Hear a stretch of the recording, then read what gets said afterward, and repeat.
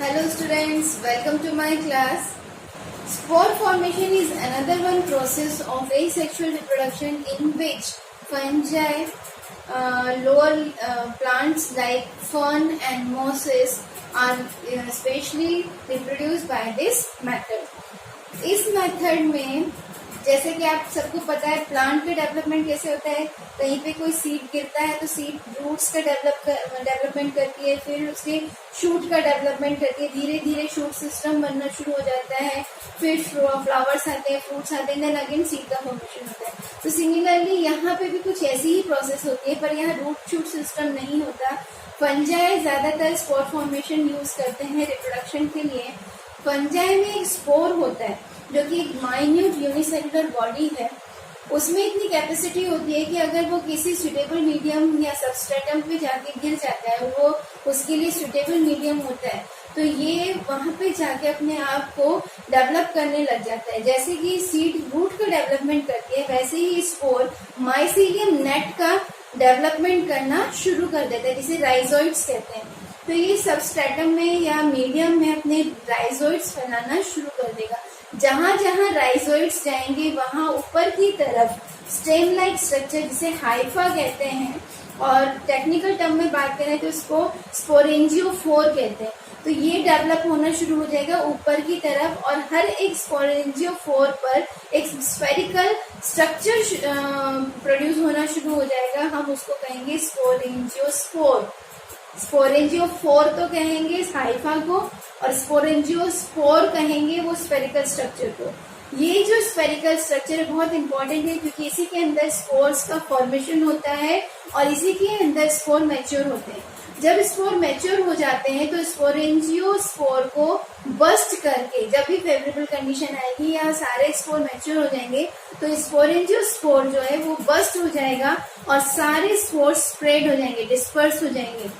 जब ये स्पोर किसी सुटेबल मीडियम या सुटेबल सबस्ट्रेट पे जाके गिरते हैं, तो वहां पे अपना फिर माइसीलियम नेट और राइजोइड्स बनाना शुरू कर देते हैं, और एज अ न्यू फंजाई वहां डेवलप करना शुरू कर देता है. तो यहाँ पर हम एग्जाम्पल पढ़ेंगे ब्रेड मोल्ड का.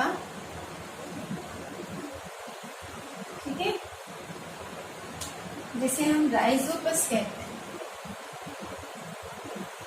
इसके अलावा बहुत सारे एग्जाम्पल है, जैसे म्यूकर है, फर्न है, मॉसेस है. ये सब स्पोर फॉर्मेशन के थ्रू रिप्रोड्यूस करते हैं. यहाँ पर हम एक ब्रेड की स्लाइड ले लेते हैं, और ये ब्रेड की स्लाइड पे आपको शो करते हैं कि कैसे डेवलपमेंट होता है. अब मान लीजिए यहाँ पे स्पोर आगे गिरा, तो इसने क्या किया, नीचे ही अपने राइजोइड्स फैलाने शुरू कर दिए. ठीक है, जैसे जैसे राइजोइड्स बनते जाएंगे तो ऊपर की तरफ इसमें इस तरह से स्ट्रक्चर प्रोड्यूस हो जाएंगे. ये जो स्ट्रक्चर है इसे हम हाइफे कहते हैं या फिर स्पोरेंजियोस्पोर कहते हैं. ठीक है, this structure are termed as sporangiophore. ये राइजोइड्स कहलाता है, जो कि माइसीलियम नेट का फॉर्मेशन करता है. हर एक हाइफा पे एक स्फेरिकल स्ट्रक्चर प्रोड्यूस होता है, और ये जो स्फेरिकल स्ट्रक्चर प्रोड्यूस होता है, ऐसा लगता है जैसे फ्लावर प्रोड्यूस हो रहा है इस टाइम पे.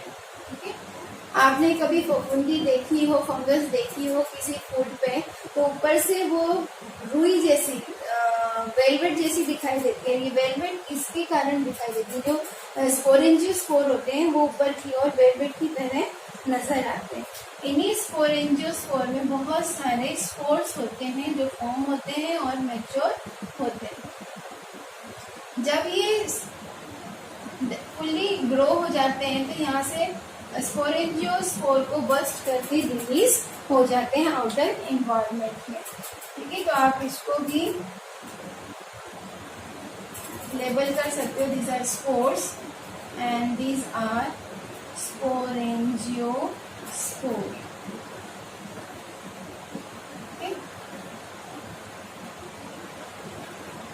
तो ये मेथड होती है spore formation. Vegetative propagation mainly plants में देखा जाता है, क्योंकि प्लांट्स में दो तरह के पार्ट्स होते हैं। एक पार्ट होता है रिप्रोडक्टिव पार्ट और दूसरा पार्ट होता है वेजिटेटिव पार्ट।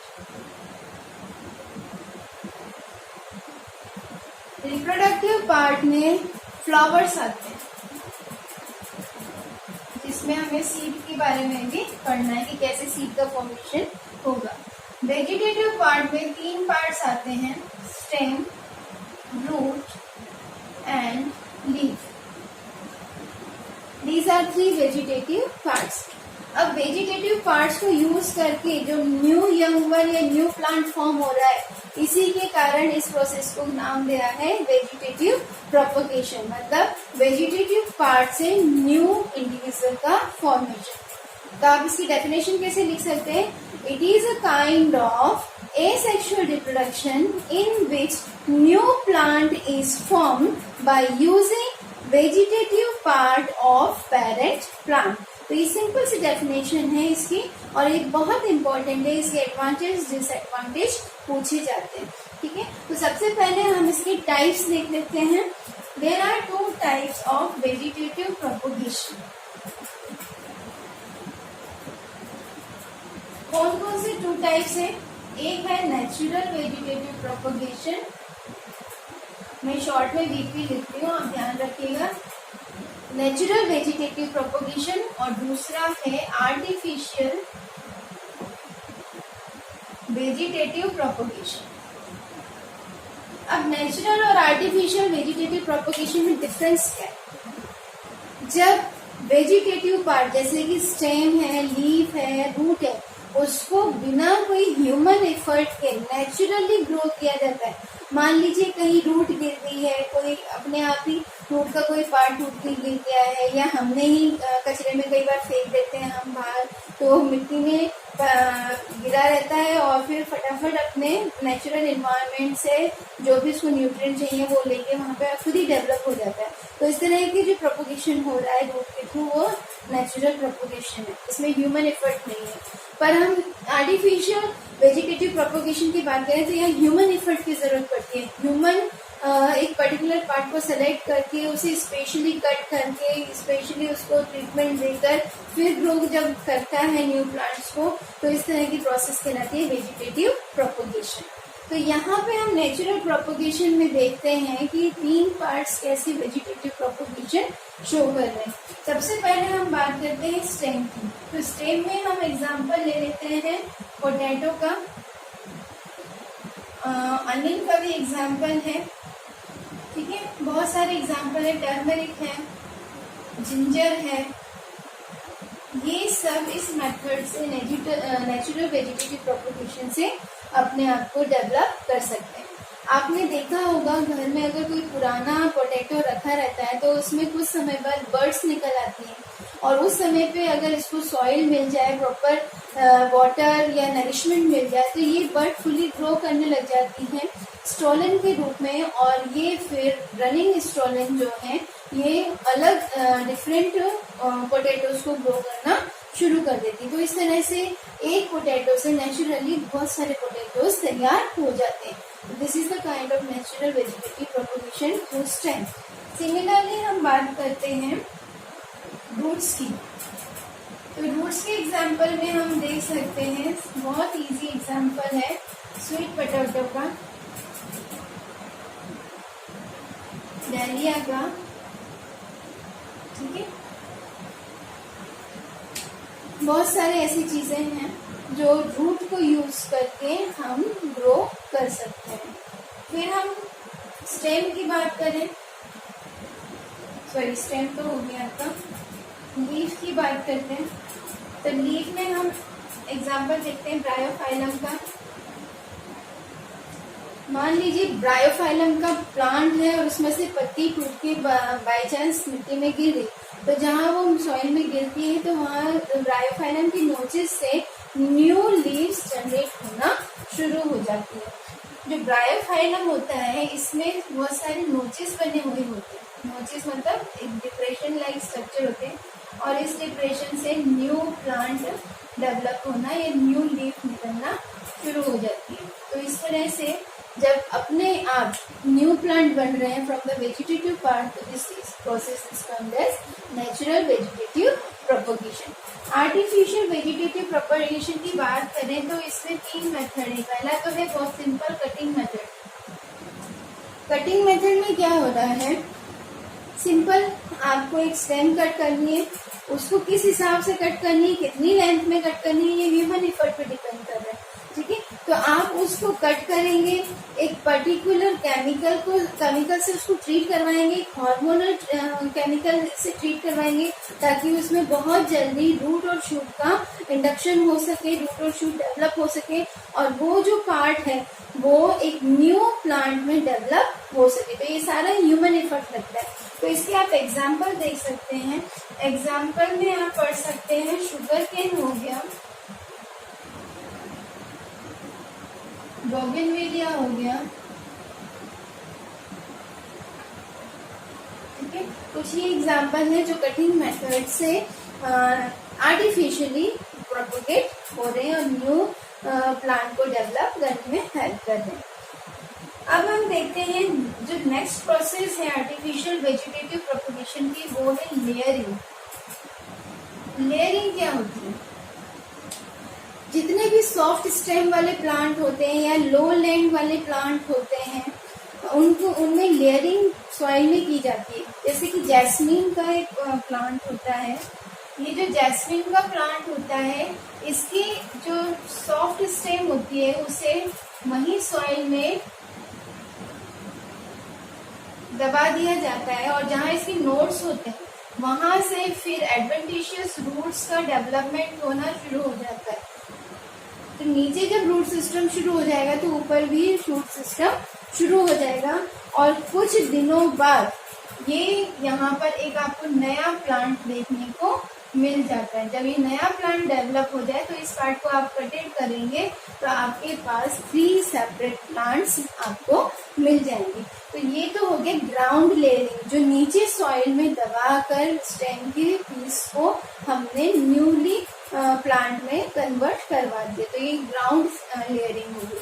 ऐसे ही अबव लेयरिंग भी होती है। जैसे मान लीजिए गुआवा है, तो गुआवा का जो प्लांट है वो लैंड से ऊपर होता है, तो एयर में इसकी लेयरिंग की जाती है।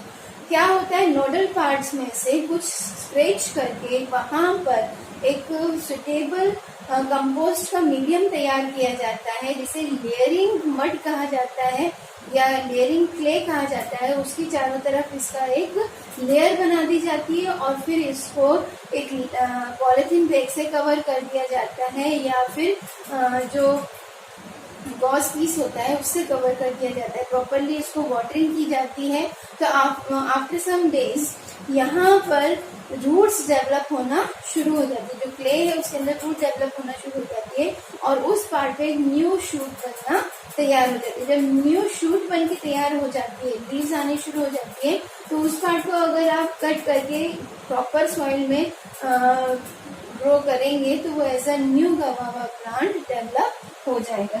तो इसको एयर लेयरिंग कहते हैं। ये तो ग्राउंड लेयरिंग होगी,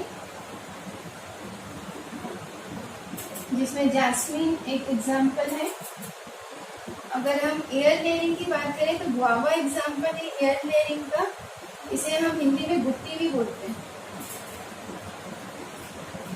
इट इज अ प्रोसेस गुट्टी जो कि एयर लेयरिंग की जाती है। इस तरह से आर्टिफिशियल प्रोपगेशन हम स्टेम की कर सकते हैं। तीसरी जो आर्टिफिशियल वेजिटेटिव प्रोपगेशन है उसमें हम पढ़ते हैं ग्राफ्टिंग। बहुत इंपॉर्टेंट है। ग्राफ्टिंग में क्या होता है, इन दोनों को मिला के जो प्रोसेस हो रही है वो ग्राफ्टिंग है। ठीक है, कटिंग, सबसे पहले स्टेम की कटिंग। आपको किस हिसाब से स्टेम कट करनी है उसका एक तरीका है ग्राफ्टिंग में। आपको मान लीजिए रोज को आपको ग्राफ्ट करना है, तो आप 2 अलग अलग रोज की वैरायटी ले सकते हैं, जिसमें बहुत अच्छा फ्लावर आता हो, जिसमें बहुत अच्छी स्मेल आती हो, फ्लावर का साइज बड़ा हो, अट्रैक्टिव कलर हो, तो आप डिफरेंट फ्लावर रोज की वैरायटी ले सकते हैं। ये नहीं कि रोज के साथ आप कोई और फ्लावर ग्राफ्ट कर दो, ये जरूरी नहीं है। आप कोशिश करेंगे कि सेम स्पीसीज की ही वैरायटी आप लें। उससे क्या होगा, ये ग्राफ्टिंग से बनने वाला जो इंडिविजुअल होगा वो बहुत जल्दी तैयार हो जाएगा।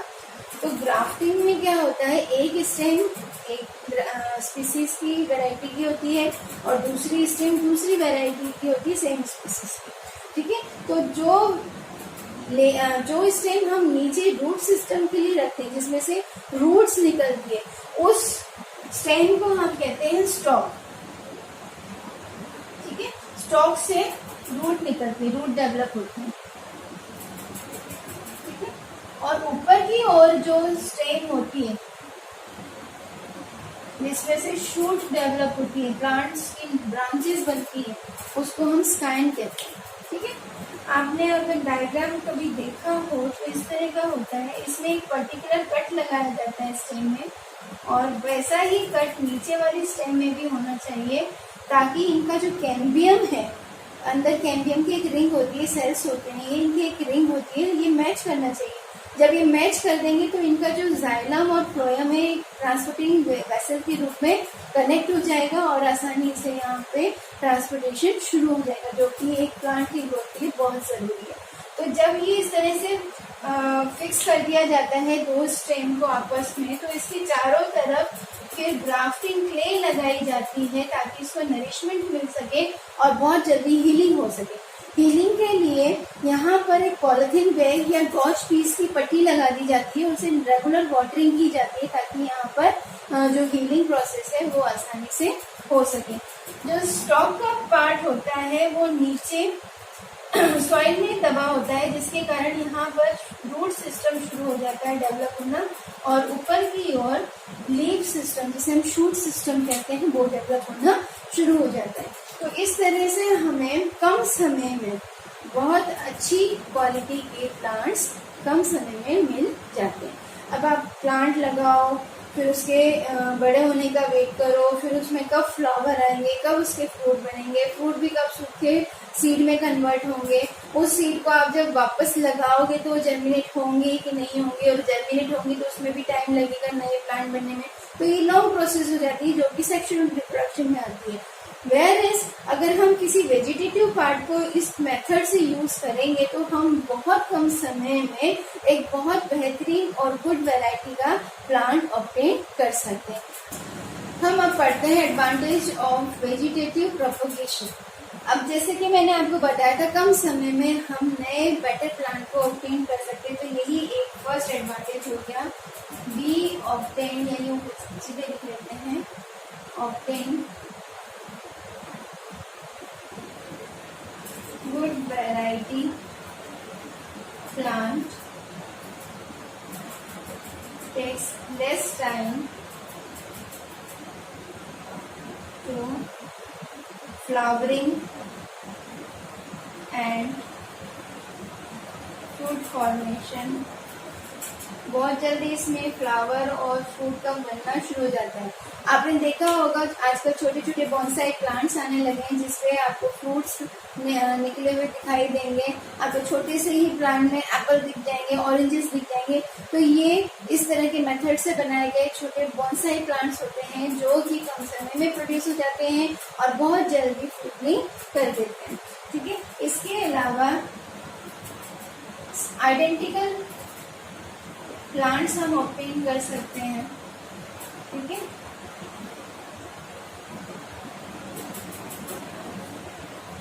Large number of plants can be obtain, एक साथ हम कई प्लांट्स ऑब्टेन कर सकते हैं। मान लीजिए आप लेयरिंग कर रहे हैं या आप नेचुरल प्रोसेस ही ऑक्यूपाई करें तो जब वो गिर जाता है सॉइल में तो बहुत सारे प्लांट अपने आप ही डेवलप हो जाते हैं। या लेयरिंग कर रहे हैं तो आप बहुत कई जगह से लेयरिंग कर सकते हो, तो एक साथ आपको 4-5 प्लांट आपको मिल जाएंगे। तो इस तरह से आप लार्ज नंबर ऑफ प्लांट्स को शॉर्ट टाइम में, शॉर्ट ड्यूरेशन में और अच्छी वैरायटी में आप ऑब्टेन कर सकते हैं। डिसएडवांटेज की बात करें तो डिसएडवांटेज सबसे ज्यादा यही है कि यहाँ पर वेरिएशंस नहीं होते हैं, नो वेरिएशंस ऑब्टेन, जिसके कारण क्या होता है एवोल्यूशन नहीं हो पाता और कई बार अगर किसी पेरेंट प्लांट में कोई डिसीज होती है तो सेम डिसीज उसके यंग वन में भी ट्रांसफर हो जाती है। तो यहाँ पे no disease resistant plant obtain.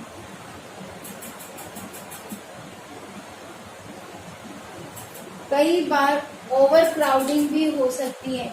हम अगर इस तरह का काम देखें तो हम एक बार में बहुत सारे प्लांट हो जाते हैं जिसमें ओवर क्राउडिंग हो जाती है। बेसिकली इतना ज़्यादा एडवांटेज नहीं है, क्योंकि हम तो अपने पर्पस के लिए प्लांट को ग्रो कर रहे हैं।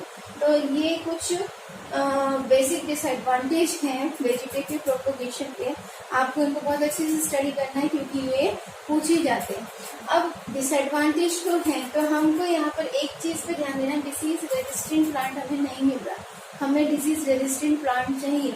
तो हम एक और मेथड यूज करेंगे जो एसेक्सुअल रिप्रोडक्शन के अंतर्गत ही आता है, और वो आर्टिफिशियल मेथड में काउंट होता है, और वो होता है माइक्रो प्रोपोगेशन।